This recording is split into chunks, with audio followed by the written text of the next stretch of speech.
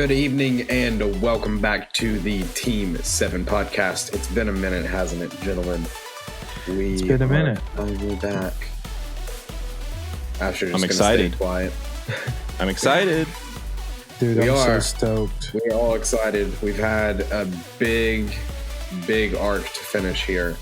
Episodes 163 through 175. One of the bigger arcs that we've done in the show with 13 episodes. So we've got a lot to talk about. So let's start off where we ended last time. Shizune was killed, and then Kakashi was killed, and Ebisu was... Oh, there he is, the boy. But wait. Where was he? Where'd you find him? I knew it. I knew he wasn't dead. But he was. He was dead, though. All right, fine. All right, cool. So I knew he wouldn't stay dead. So we'll get there. Naruto shows up in Sage mode. What's the reaction here? I know that we talked a little bit about the reaction of like the reveal, but we saw what Sage mode can do, how strong he is. I mean, how strategic he was. Can we talk about that? Yeah. The preemptive, I'm going to go ahead and make a few clones in Mount, whatever it's called, Fukusaku. Miyaboku. Fukusaku is the... Lord Fukusaku is the like small green toad. Yeah. Frog. Bless his heart. But anyways, that was smart. I thought that was amazing. But Sage mode is just... Back in so cool? OG days, we used to talk about our favorite character like designs. Yeah. Top tier. That's S tier design for a character, in my opinion. Yeah, that's my favorite Naruto design in the entire series. Yeah. It's super cool. So yeah, he squares off against Pain. We see how strong he is, and then Pain just continues to have tricks up his sleeves, plural. All, how many is that? How many are there? How many tricks? Six. There's a lot of tricks. Six pains. 6 pains. I'm totally blanking. Yeah, there's 6 pains. Yeah. Because at the end they say that this Nagato is the 7th pain. Duh. Yeah. Anyways. 14 sleeves. 14 sleeves. And a bunch of back spokes. Weird. Very cyberpunk. Body spokes. Yeah. Looks uncomfortable. Yeah.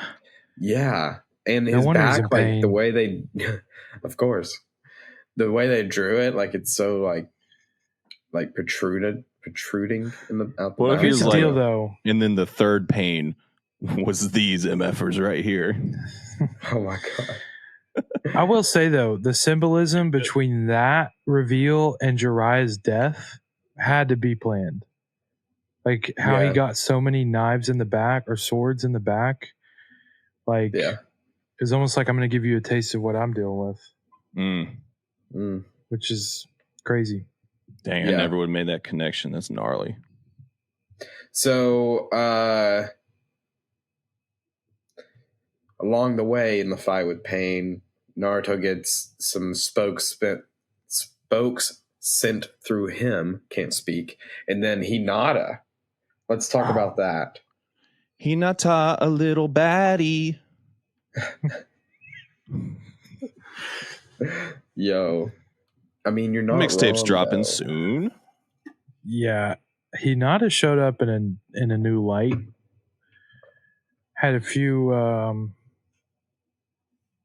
few choice drawings by those animators, I will say.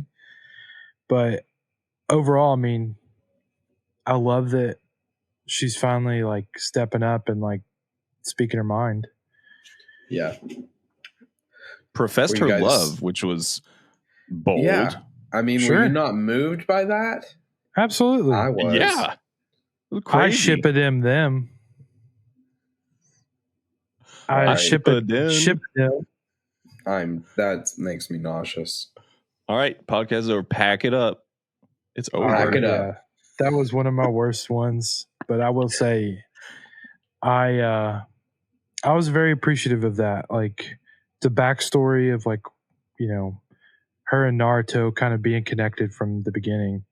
Yeah. It was kind of cool to see play out, and just Naruto's cluelessness of like girls in general. Like he didn't see it that way, but she did, and yeah, it was cool.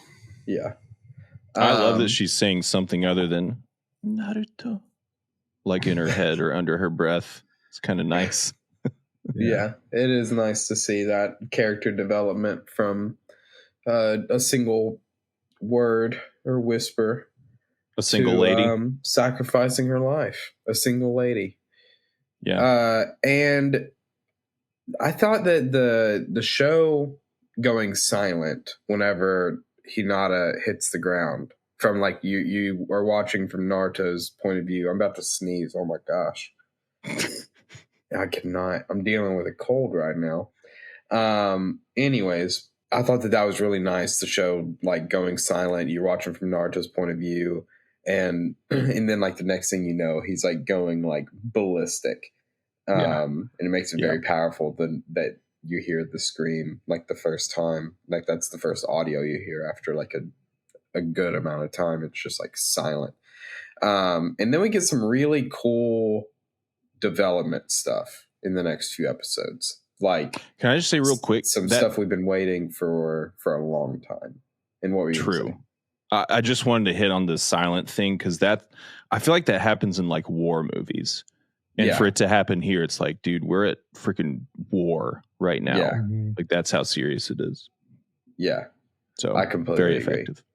Yeah, and like Pain's power here. Like just wiping everything away, unbelievable. I think that's where we see like his peak of power.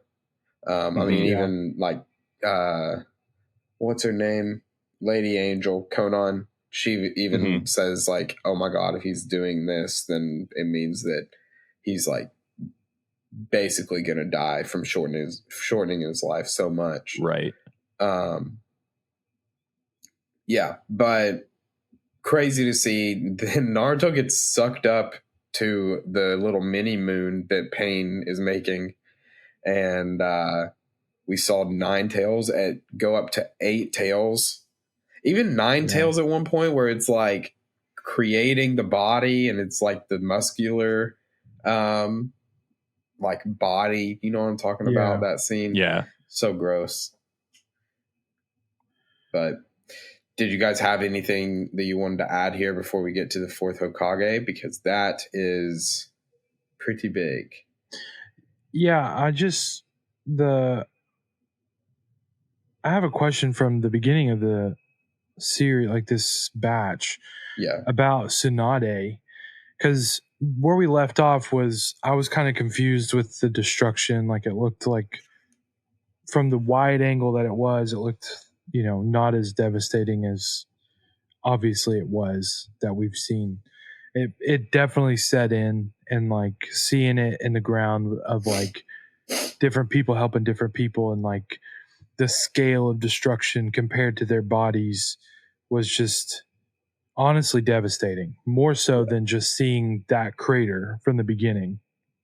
There's obviously a lot of healing happening, and like Tsunade's in the heart of that. And I just want clarity on something, because she had that stone in her head or whatever it was. She sacrificed that for the village, correct? Like she sacrificed her powers to use it. Well, so that is just where she's storing up chakra. Okay. So it's temporary, right? Yeah. But it's like depleting.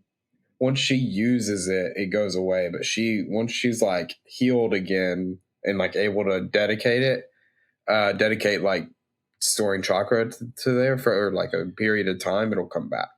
Yeah. So it's like for moments like this. Like yeah. When she needs like a large burst of chakra. I love that about her. That was so. I mean, I knew there was like something there, but I don't know if we ever got clarity on that. in the show itself. I think we do in OG. It's just been a minute. Gotcha.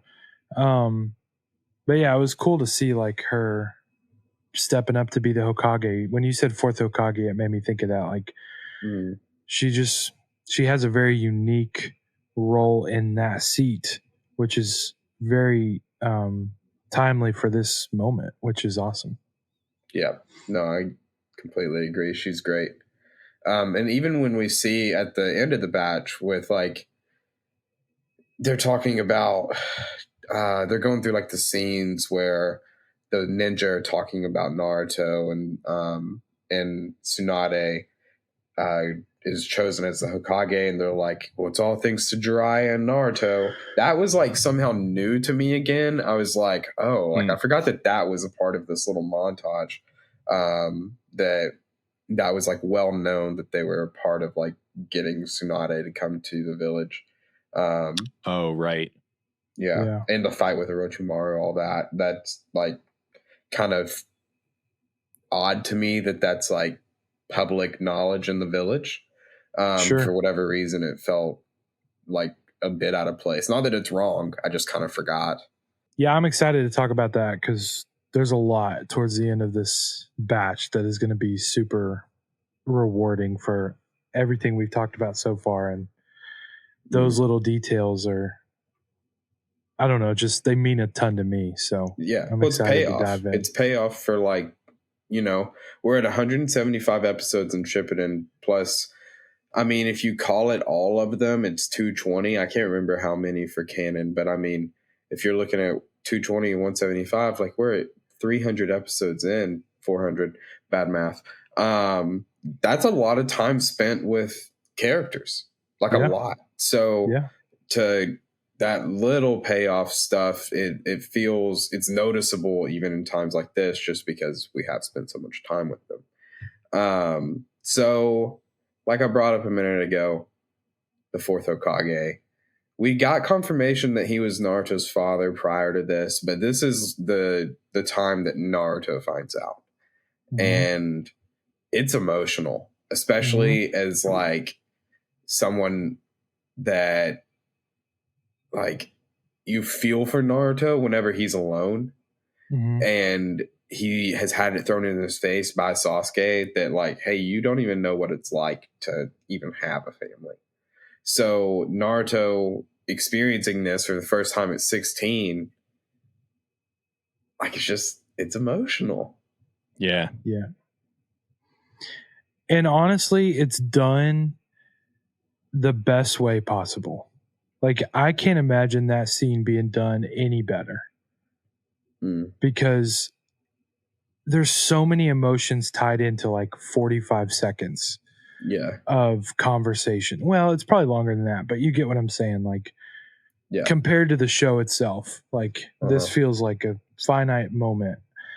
And, you know, we go through joy, frustration, just reconciliation, so many other things that are happening in like facial expressions and words and body language, and all of that being done through animated characters is like a huge feat.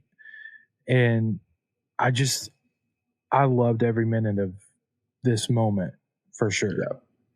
Yeah, I do too. Speaking of stuff like that happening in anime, I'm going to talk generally for a second, but like early anime where they're like drawing and they've got to like fill space by just having still frames and maybe panning across it is a really effective way to let you like sit in that moment. I think I just love when stuff like that happens, because it's like part of me is thinking, oh, they're like being lazy, like you know, right? But at the same time, it's like form. Go ahead. I was just gonna say you've got to be efficient with it, and they found the best way to be efficient and also like just very emotionally effective.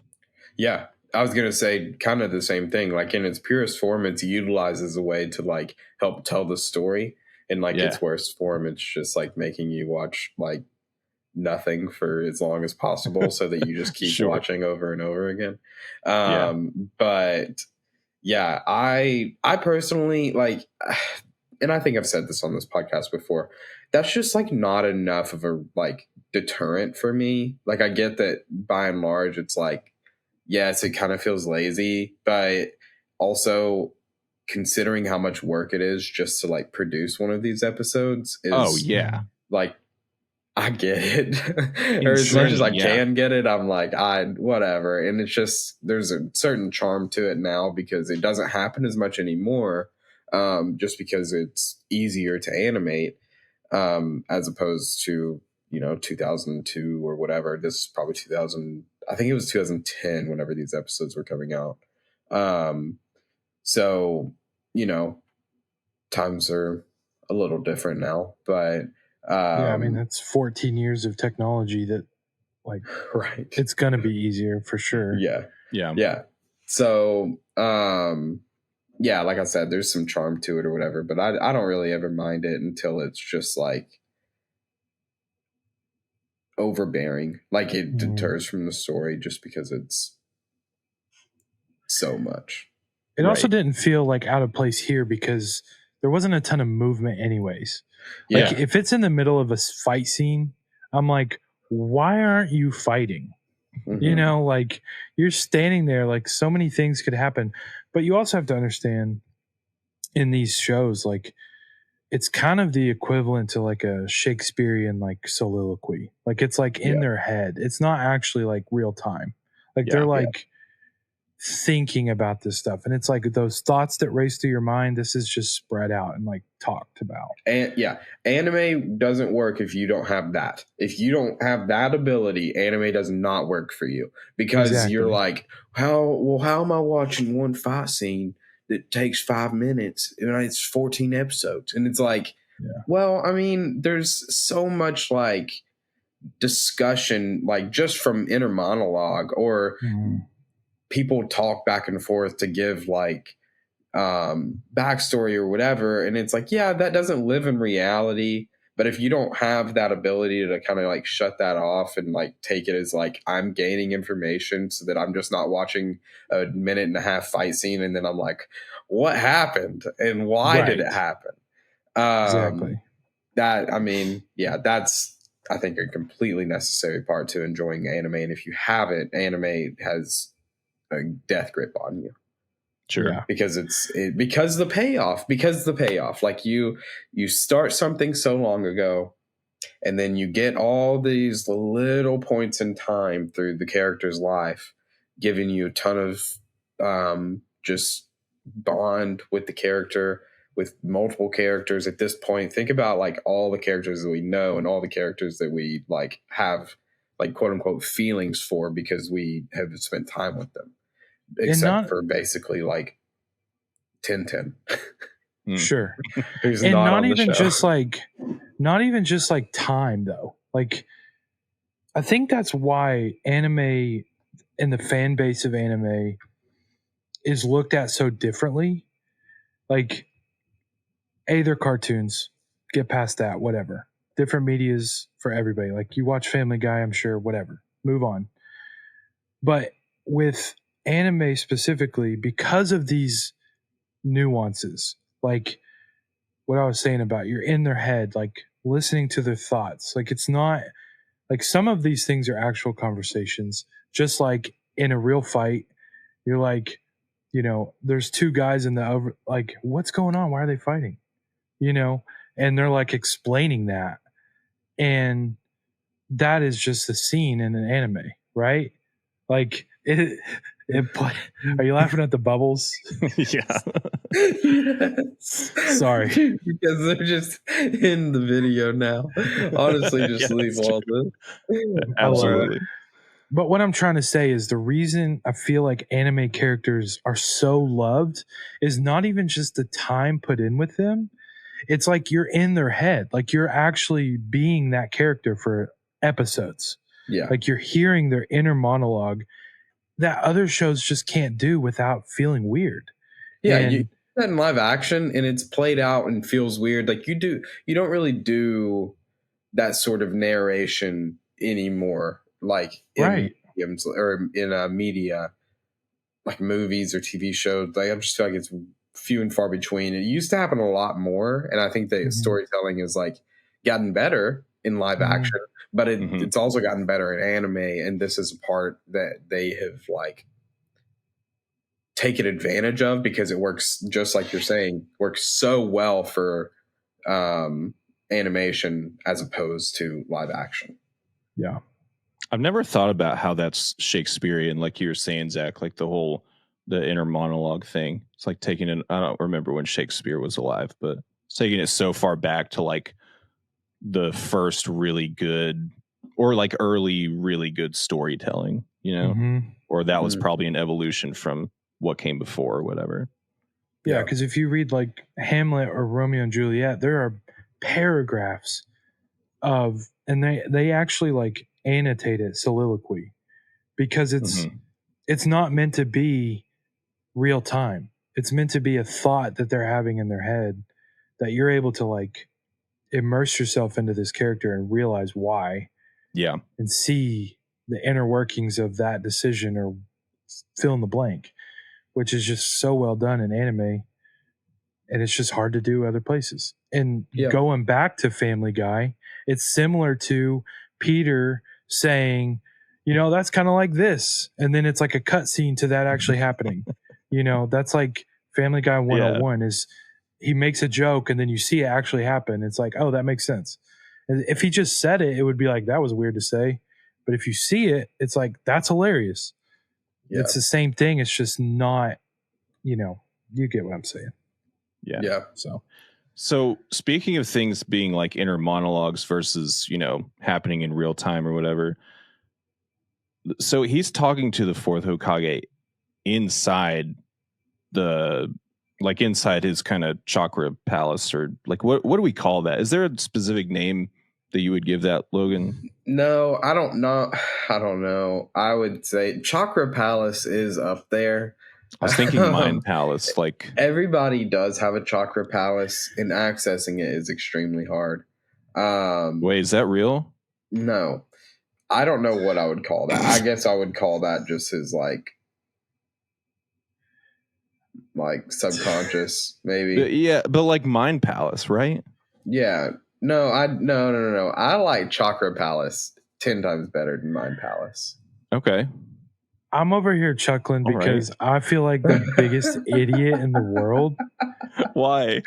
I'll tell you, because we're on a podcast and people deserve to know. I never thought of that being in his head. For some reason, I always thought it's his belly. I don't know why. No, because that's where the seal is. I mean, that makes sense. Yeah, sure. But I'm always honestly, like, they're in his stomach right now. Like, this guy's just floating around. Honestly, I did too. Because of the seal. Okay, cool. Yeah, okay. I'm not. But it was also like a subconscious type thing too. Yeah. But not like otherworldly. It's like this is in his body happening. Well, when you said subconscious, I'm like, oh, I'm an idiot. This is probably in his head. And then I'm like, why was I thinking the belly? But I guess we're all kind of getting there because of the seal. So could be his heart. As big of an idiot. I mean, it makes sense. The head, the heart, the gut. Yeah. Who knows? But like, is the fourth Hokage like he's really there talking? Yeah, he's really there. So like for real. Yeah, and he says it Force Ghost. when he says it very quickly, but he tells Naruto that whenever he sealed the Nine Tails into him, he sealed a piece of his chakra into the seal so that if the eighth tail was to ever appear, then that chakra would be released. And then that chakra being released would manifest him, Minato, to do exactly, literally exactly what happened was like a backup plan put in place by the fourth Hokage whenever he sealed the Nine Tails. So all very intentional. But yeah, it's very much like at least a piece of him. Mm-hmm. So like when you're saying that he said it really quickly, was that the part when he was like, blah, blah, blah, blah? Yeah, like what did he say? Yeah, exactly. Yeah. And you catch it in the subtitles. It went so fast across the bottom of the screen. Yeah, just for a couple frames. But he says it I think like right after he like grabs Naruto by the shoulder, he like explains like how he's there. But could you rehash that? Because I definitely missed that. I feel like I should have made a note, unless it's going to take too long to like explain like how is he actually there if he's okay. So yeah, whenever he sealed the Nine Tails into Naruto, he sealed. Tell it to me as if I'm 5. Doing it now. He sealed a piece of his chakra into that seal as well, with a rule of if the 8th tail were to appear, then this chakra would be released inside of Naruto, thus manifesting Minato, right? So that Naruto and Minato can like do exactly what happened. Stay with me for a second. What if the only way he could do that is if he like pre-recorded what he was going to say, so then Naruto starts talking to him, but he just like keeps on talking, and he's wait, what? That would be. I don't so know why good. I thought of that. It's like, I'm your father, and he's like, I have so many. Wait, why'd you do this to me? And he's like, I'm sure you have many questions. Yeah, I love you too. And it's just absolutely, yeah. Thanks for going there with me, because that wouldn't have made much sense if you didn't. All the way there with you. So yeah, that saved Naruto. Obviously, he would have died. The Nine Tails was like manifesting, and to be clear, had he fully manifested, like basically the rest of the body finished growing and the fur, full Nine Tails fox. At that point, Naruto, like the seal would have been completely broken. Naruto would have died. Nine Tails just out. It would have had to have been resealed into someone else or killed, which basically wouldn't have happened. Well, Pain probably could have done it. Yeah. But Naruto's saved. He's standing on side of the moon, looking down. He looks really cool again. He's got his sage mode back. I'm gonna sneeze. This cold is killing me. While you do that, I want to go back to that conversation because we got a huge piece of information that was kind of up in the air. Okay, yeah. And it's details from the source itself, which is Minato. But we kind of were alluded to from hearsay through different villagers and different people that this was like a natural disaster. Like it was just a naturally occurring thing. But he very clearly says this was orchestrated. Yeah, someone did this. Yeah. Which, hey, that changes the game. Like there's a different history in there.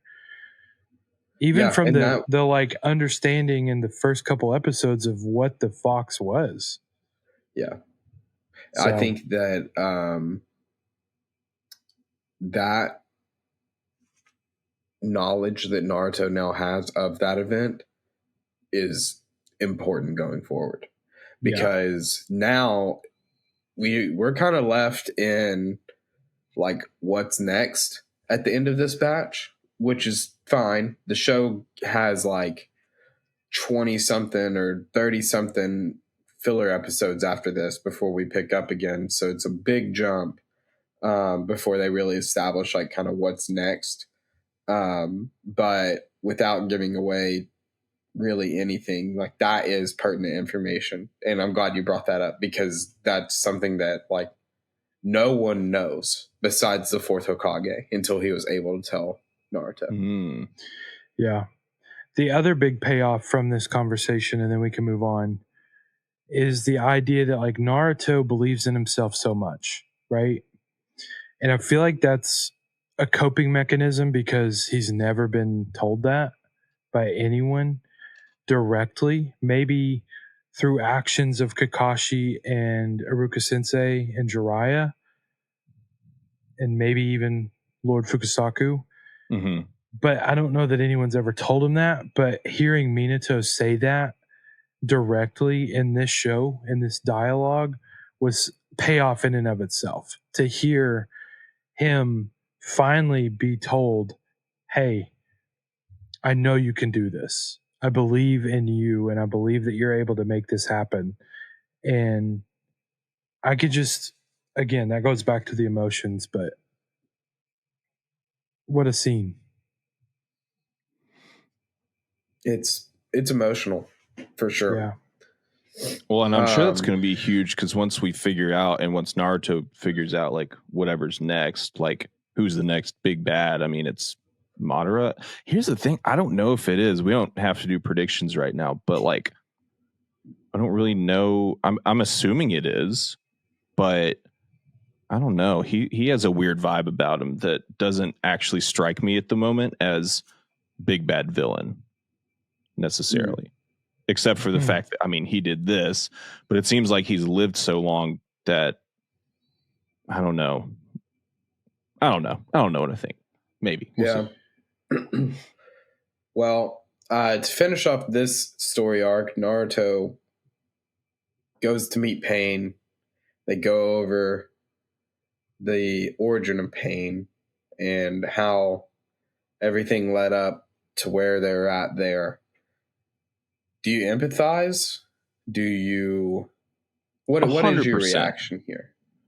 Mine was, and I told one of y'all this past week. I can't remember who I was talking to about it, but like, yeah, it seemed like the three kids are like the heroes of the story. If we were told their story, like if the perspective was not Naruto, but it was the three of them, I would have been like, of course I'm rooting for the three of them.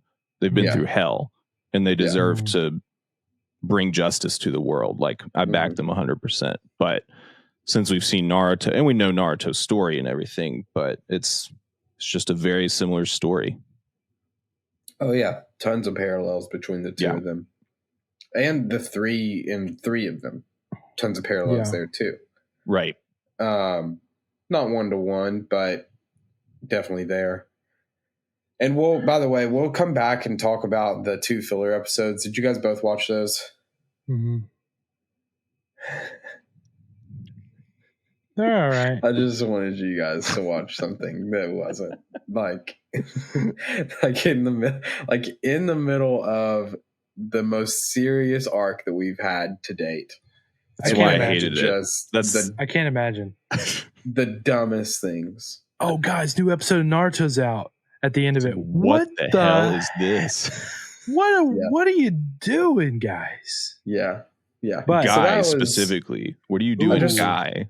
Are you sure it's Guy? It looks like a sage of some sort. Yeah, that's a washed sage.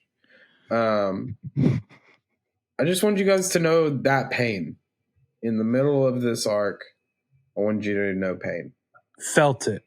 Loud and clear. For me and Zach. You are Pain. Yeah. So, going back, because I want to give my thoughts on Pain for sure in his background. But something that I feel like I have to talk about before that kind of sets up how I feel about Pain, because I agree with what Asher was saying, is it drove me nuts in the episodes leading up to this point when everyone was like, no, you'll just get in the way of Naruto if you go help. You'll just get in the way. Like, he doesn't need help. You're just going to get in the way. And I'm like, it's 6 versus 1. Like, I get that. And I get that he's the hero and we got to have him, like, do his thing. I don't see it being a different way. It just drove me nuts because you have a whole village and there are a lot of healthy people like Guy and his team. And it's like, no, stay away. You're going to get in the way. And I think... Go ahead. Okay. I know that it's done the way it's done on purpose. Hear me say that. Yeah. It just drove me nuts until the moment when he's on his way to Nagato and Inoichi and Shikaku and whoever the third guy is following, catches up to him. And Inoichi is like, no, you can't go up there by yourself. Like, what are you thinking? Shikaku kind of gives some background dialogue with his own son, Shikamaru, and kind of explains like Naruto's different.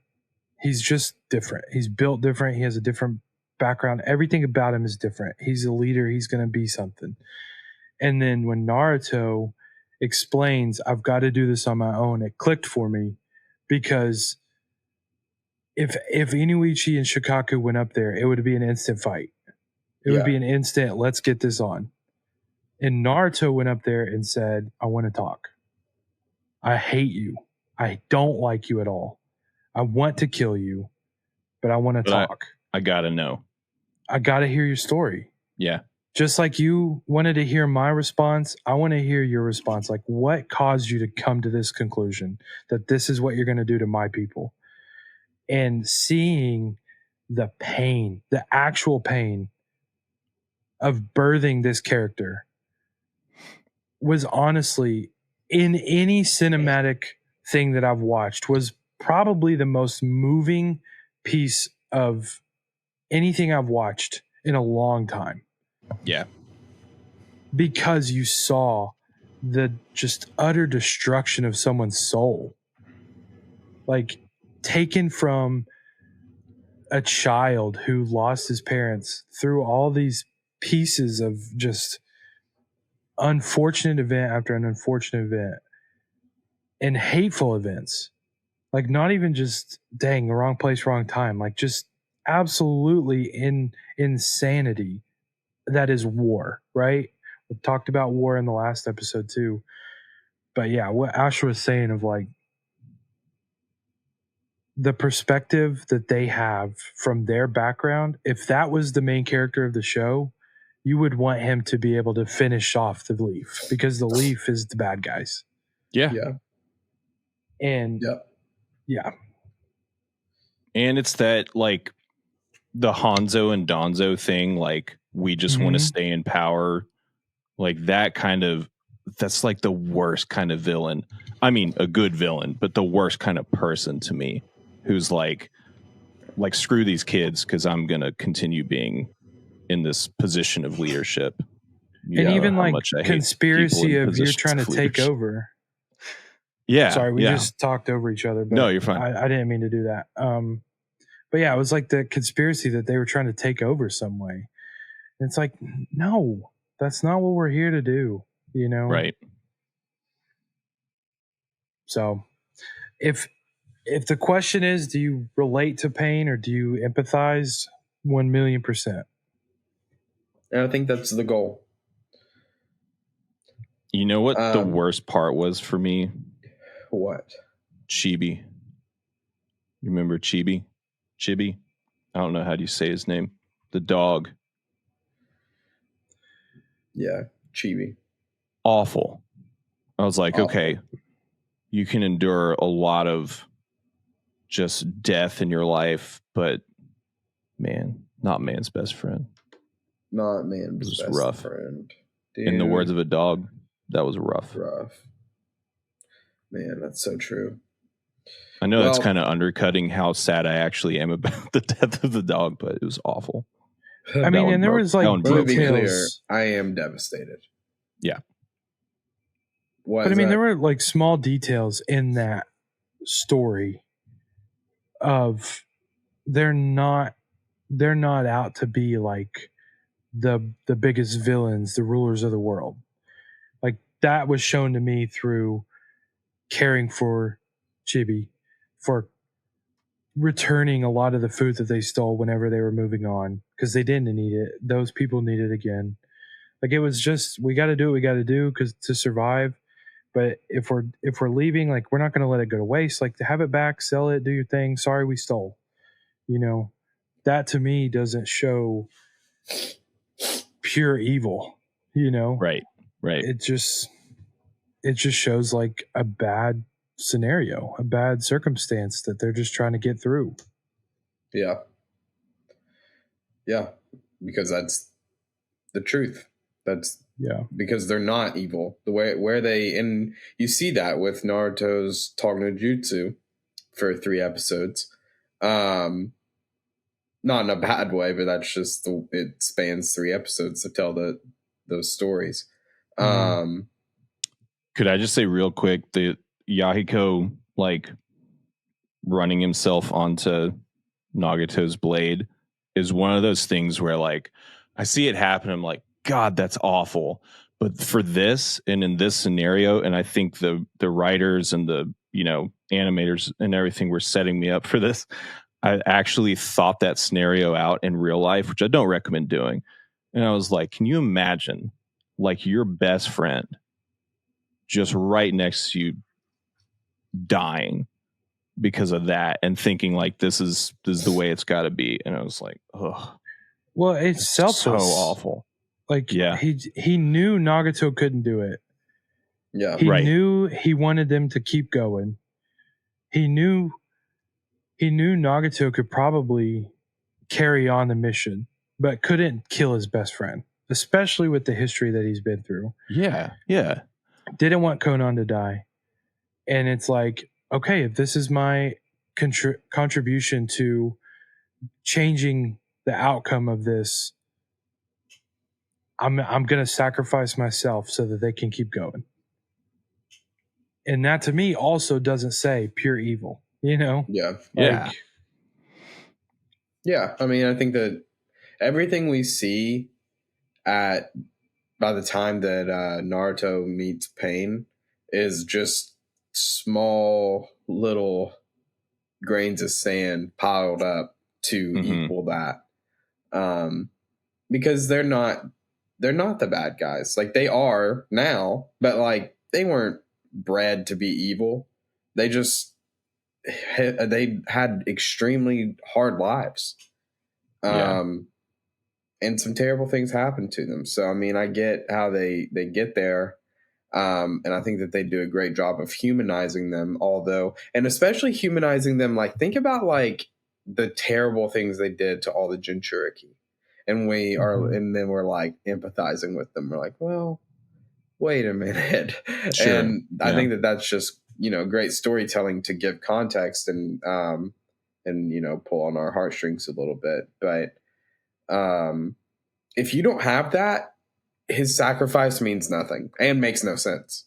Makes no sense. But the fact that he's not entirely evil is the only way that you can also have his sacrifice even happen, in my opinion, without it feeling extremely cheap. Yeah. Sure. And to add to that layer, Logan, I feel like in the grand scheme of the Naruto show and story, you don't really empathize with Pain as much if you don't see the Gaara origin story and redemption. It's a great point. That pulls back everything. Like, we've already seen this in a scaled down version of like a terrible upbringing, but hey, there are redemptive qualities of anybody, and being able to empathize. I feel like I would still be able to, but I can't really say that because I didn't watch that before Gaara, right? Sure. And it's not meant to be done that way. Right. But I feel like if they didn't show the Gaara arc and the origin of him, it would feel like, but still, and there's not much of that for me because life sucks for some people and you have to empathize with them, or else you're going to be just blaring through life with no perspective of anybody else, and I feel like that's the goal they were trying to achieve. Yeah. And they did it.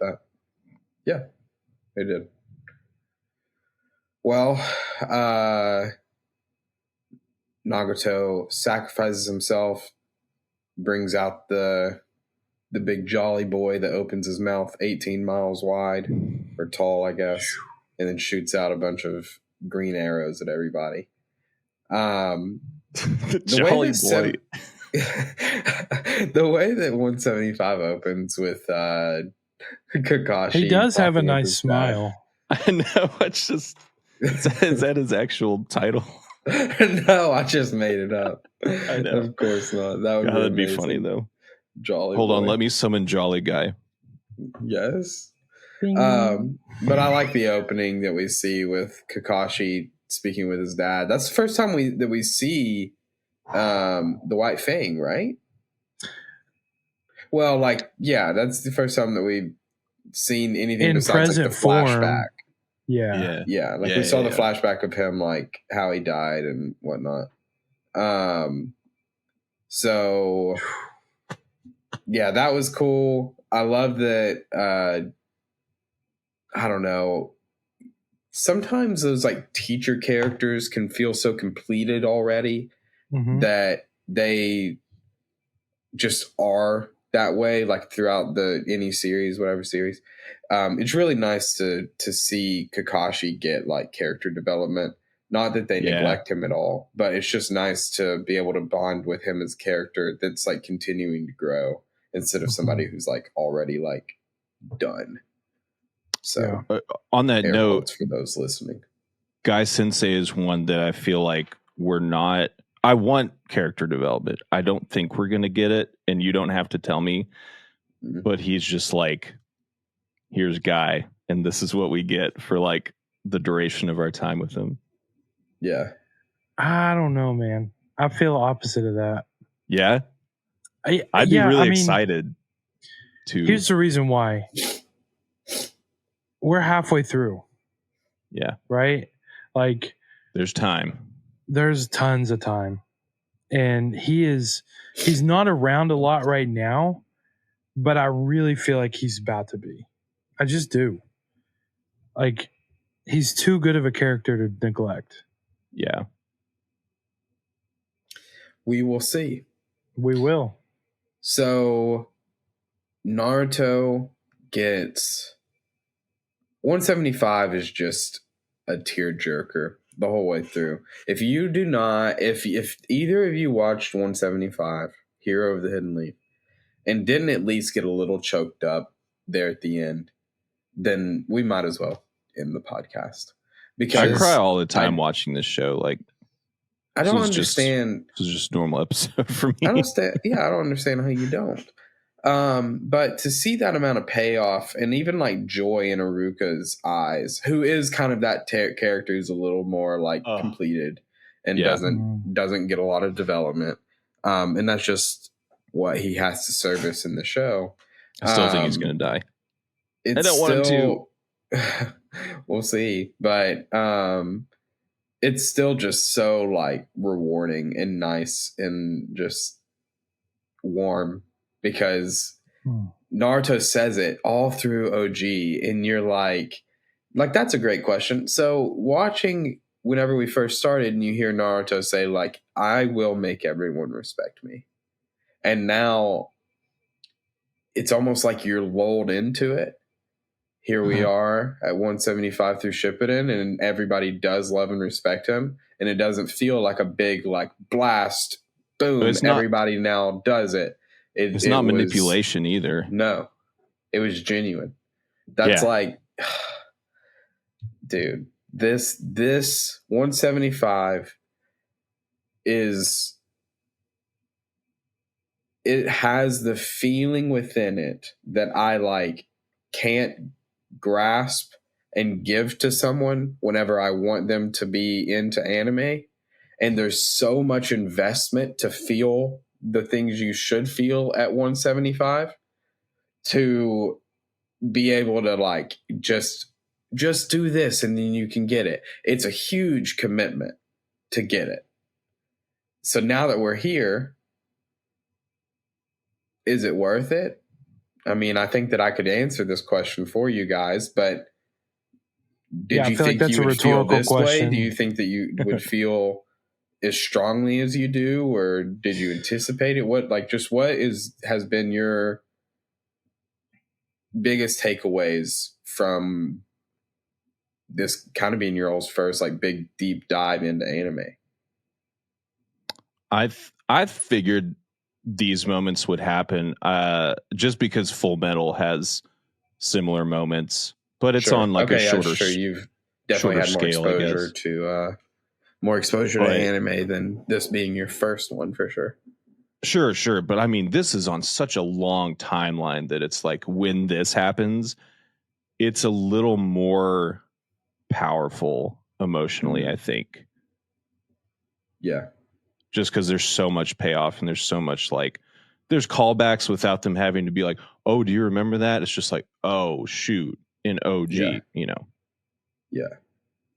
And it was like subtle, like it wasn't like it was trying to reteach you these things as much as it is like, we're going to walk through it because we know that you know, but we're just going to give you these little like couple seconds of a reminder so that you can recall and remember those feelings then and contrast them to now. And I think that, you know, makes those emotions greater. Yeah. Yeah. I mean, the payoff is it just from start to finish of 175, like even the temporary payoff of like Inuichi and Shikaku, like realizing, okay, good for him. You know, like we made the right call letting him go. Like that was great to even just on the temporary basis. And then for Konan to honor her friend Nagato and then also like help Naruto heal his wounds and give him that bouquet of flowers to close out the Jiraiya feeling of like, let me go honor my master, you know? Yeah. Like that was when the emotions really started settling in of like, oh shoot, like this is about to become a huge turning point of this show. Just personally, emotionally, but also historically from cinematic history, you know, like it was just amazing to see the callbacks and the reward of years of evolution of the village understanding Naruto isn't who we were told he was. He's got more to, he's got his own voice that can speak up for himself and can prove himself and can impress us and can protect us. And we're seeing that. And it was just, you know, amazing to feel that is honestly back when we talked about it, you know, when I was like, let's do a podcast together, you know, you and Lance could speak nothing but praises for Naruto.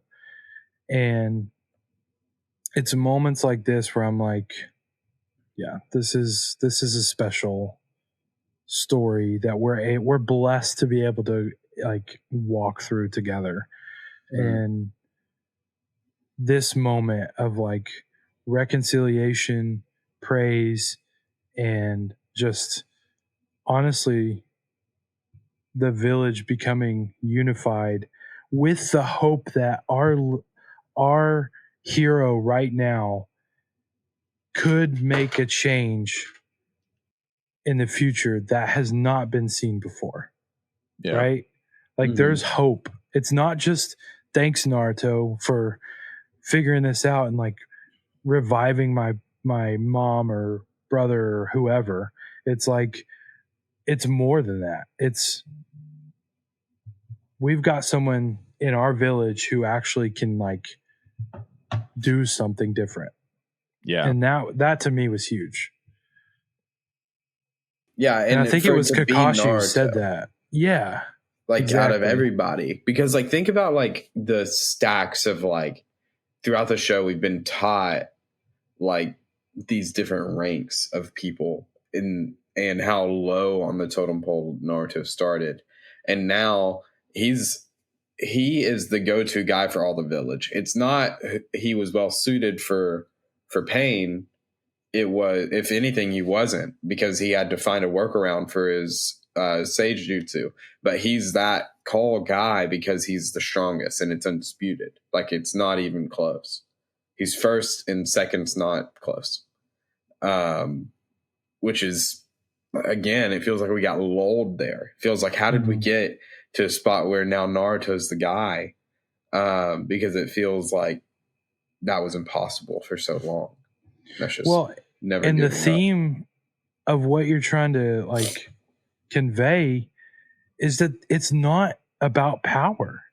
Yeah. You know, it's about empathy. It's about understanding, like, how can we do this together?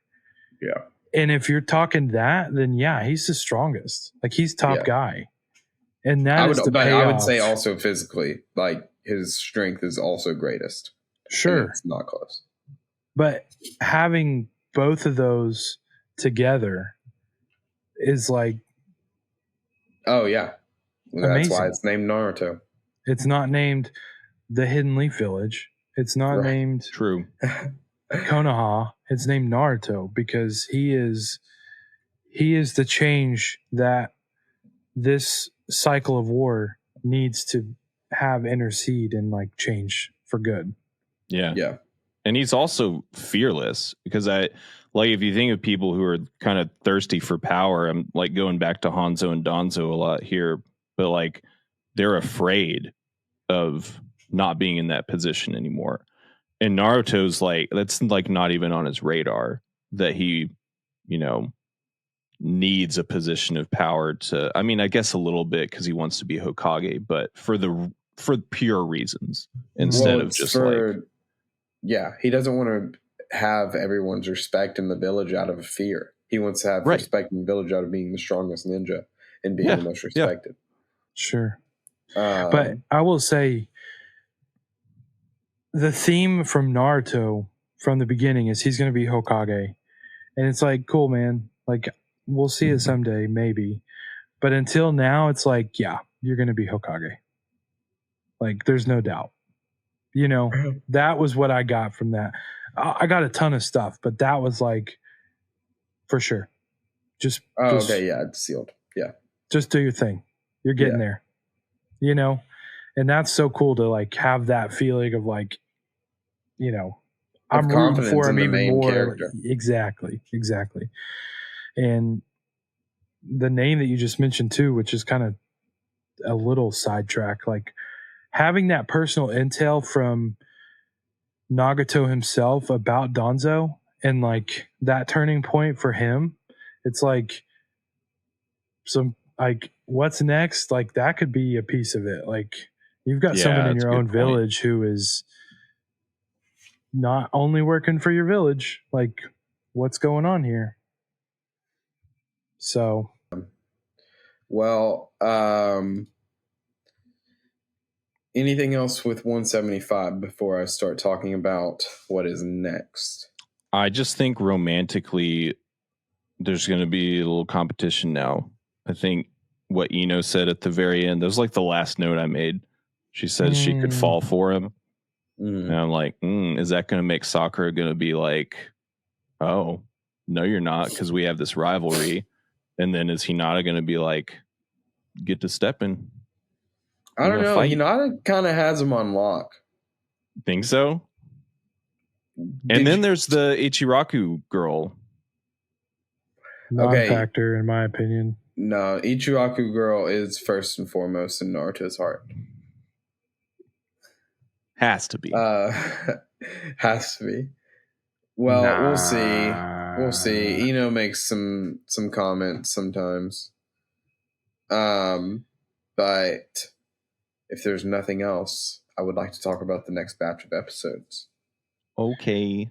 You're not making us watch more filler, are you? Well, before I answer that question, let me tell you, season 9 on Crunchyroll is called The Past, The Hidden Leaf Village. It's a bunch of episodes. The anime at this point in time, like, I don't really know if they were caught up to the manga or what, but they bought a bunch of time here and focused on stories that we've already seen through different points of view.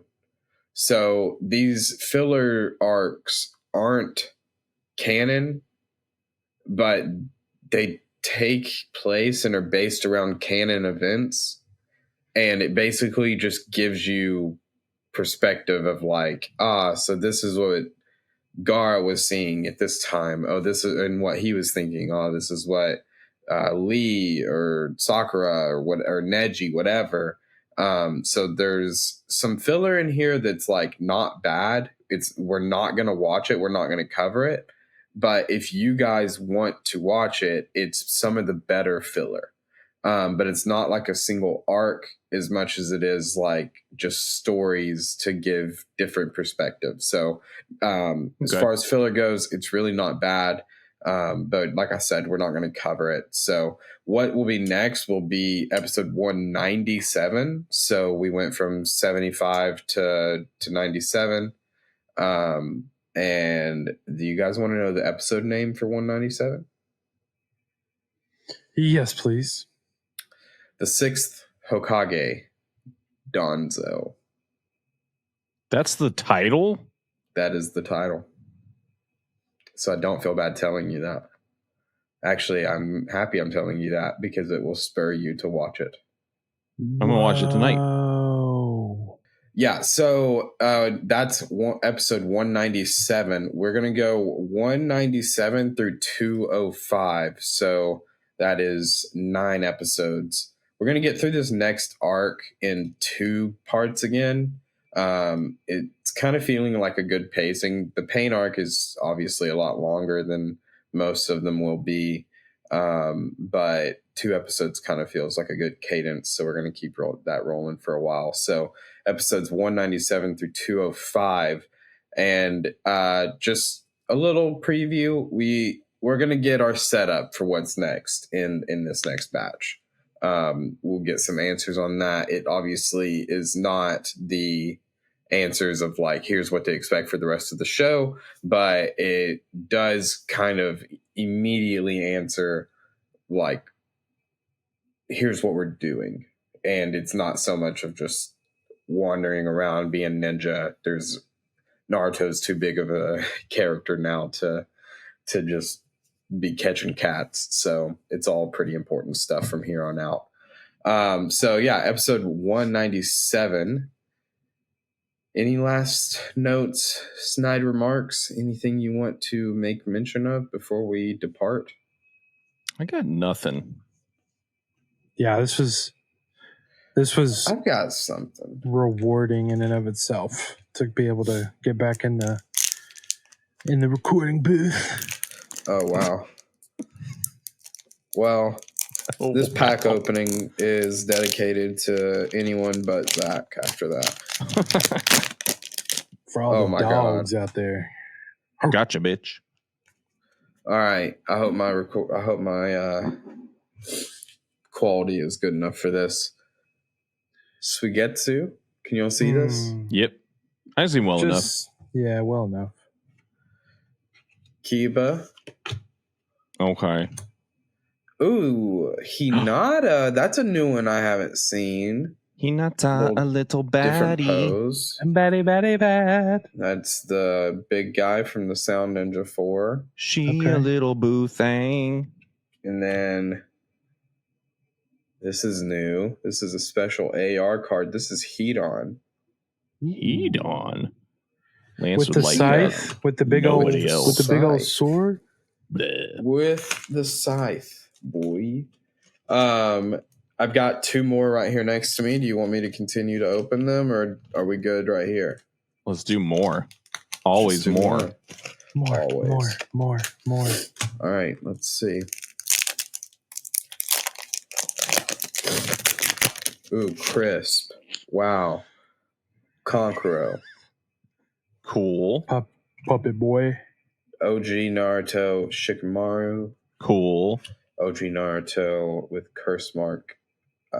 Sasuke, goodness gracious. Maybe there's a good spot. But he got cool later. Kind of. Yeah. Naruto. Maybe if I hold eating ramen? I don't know. Yeah, eating ramen. Nice. Gosh. I wish that it would like. Oh, a new one. Sai. I've not actually seen a card of Sai. We didn't talk about how Sai was on a mission with Anko. That lucky bastard. Ooh, that's true. I meant to bring that up, that we got to see Anko this batch. We did. Young and present. Young and present. All right. Oh, and then we got to see Anko also in the filler arc. Yes. Right, but that was part of the batch. What? That was part of the batch. Yeah, that was part of the batch. You told us to, Dad. OG Naruto? Naruto. Oh man. Toad? No, it's y'all remember we got this last time. It's like the Tatsu Gamatetsu? something, I can't remember. Yeah. Shippuden Kankuro this time. Zach wants that frog. OG Naruto. I love it at toes. Sakura. Oh wait, no, that's Shippuden, right? Shippuden Sakura. And then, that's pretty cool. Shikamaru. Ooh. With a bunch of. This is like when he's killing Hedon.